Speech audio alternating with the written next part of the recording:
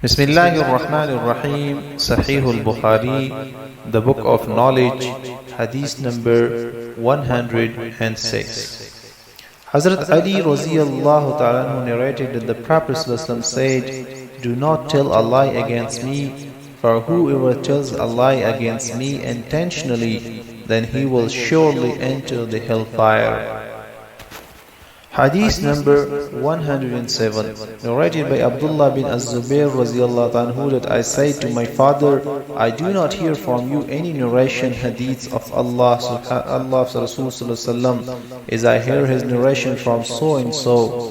Az-Zubair Raziyallahu anhu replied, "I was always with him, the Prophet Sallallahu Alaihi Wasallam, and I heard him saying, whoever tells a lie against me intentionally, then surely let him occupy his seat in hellfire."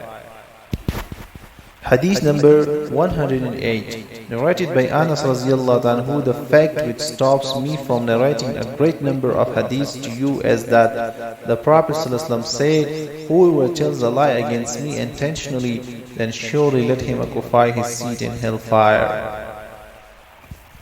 Hadith number 109, narrated by Salma Raziyallahu anha, I heard the Prophet ﷺ saying, "Whoever intentionally ascribes to me what I have not said, then surely let him occupy his seat and the hellfire."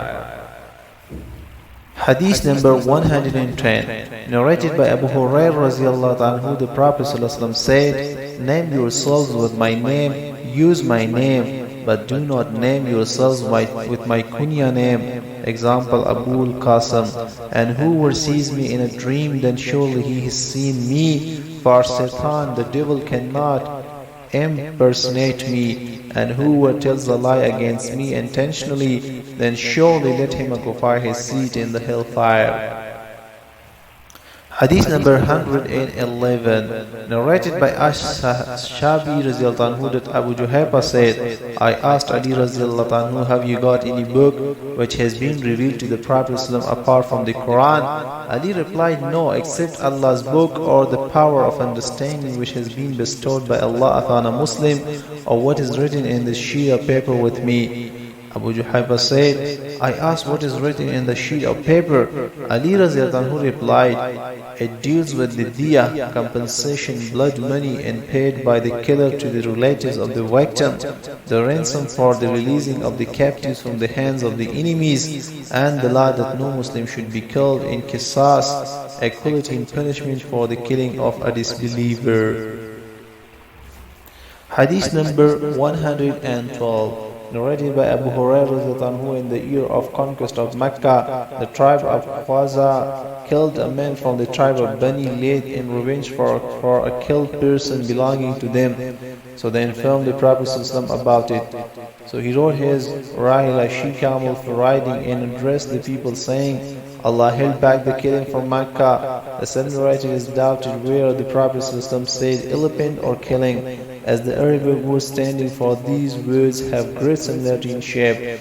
But he, Allah, let his Rasul and the believers overpower the infidels of Mecca. Beware, Mecca is a sanctuary. Verily, fighting in Mecca was not permitted for anyone before me, nor will be permitted for anyone after me. It was made legal for me for few hours or so on that day. No doubt, it is at this moment a sanctuary. It is not allowed to uproot its thorny shrubs, or to uproot its trees, or to pick up its lukat, fallen things, except by a person who will look for its owner, announce it publicly, and if somebody is killed, then his closest relative has the right to choose one of the two, either the blood money diya, or retaliation having the killer killed. In the meantime, a man from Yemen came and said, "O Rasulullah Sallallahu Alaihi Wasallam, get that written for me." The Prophet Sallallahu Alaihi Wasallam ordered his companions to write that for him. Then a man from Quraysh said, "Except al-khir, a type of grass that has good smell, or Allah Sallallahu Alaihi Wasallam, as we use it in our houses and graves." The Prophet Sallallahu Alaihi Wasallam said, "Except except al-izkhir, is it allowed to be plucked?" Hadith number 113, narrated by Abu Hurairah, there is none among the companions of the Prophet ﷺ who has narrated more hadith than I, except Abdullah bin Amr bin al-As, who used to write them, and I never did the same. Means I used to remember them by heart. Hadith number 114, narrated by Ubaidullah bin Abdullah anhu, that Ibn Abbas said, when the ailment of the Prophet became worse, he said, bring for me writing paper and I will write for you a statement after which you will not go astray. But Umar said, the Prophet is seriously ill and we have got Allah's book with us, and that is sufficient for us. But the companions of the Prophet differed about this, and there was a hue and cry. And that the Prophet said to them, go away and leave me alone. It is not right that you should curl in front of me. Ibn Abbas came out saying, it was most unfortunate, a great disaster, that Rasulullah was prevented from writing the statement for them because of their disagreement in noise. Hadith number 115, narrated by Salma anha, that one night Rasulullah got up and said, Subhanallah, how many afflictions have been descended tonight, and how many treasures have been disclosed. Go and wake the sleeping lady, occupants of these dwellings, his wives, after prayers. A well-dressed soul in this world may be naked in the hereafter. Hadith number 116, narrated by Abdullah bin Umar who that once the Prophet led us in the Isha prayer during the last days of his life, and after finishing it the prayer with taslim, he said, do you realize the importance of this night?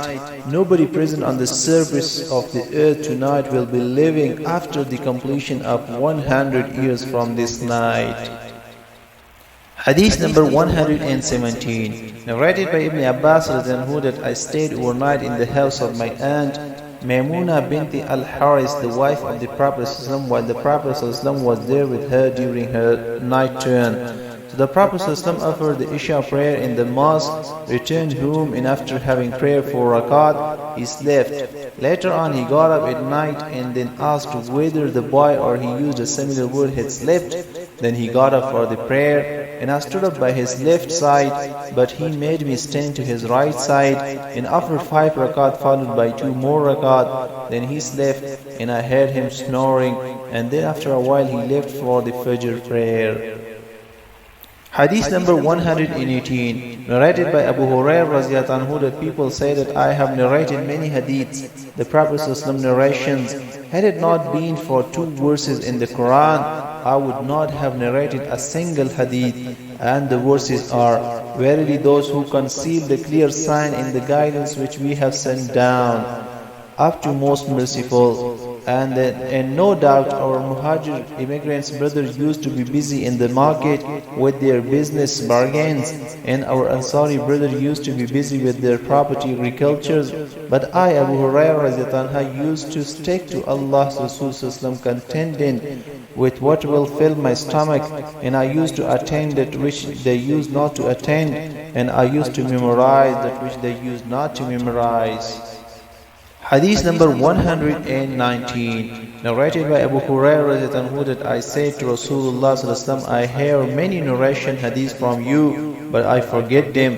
Rasulullah said, spread your rida garment. I did accordingly, and then he moved his hands as if filling them with something, and emptied them in my rida, and then said, take and wrap this sheet over your body. I did it, and after that I never forgot anything. Hadith number 120, narrated by Abu Hurairah, I have memorized 2 kinds of knowledge from Rasulullah. I have propagated one of them to you, and if I propagated the second one, then my parents' throat would be cut. It means I would be killed.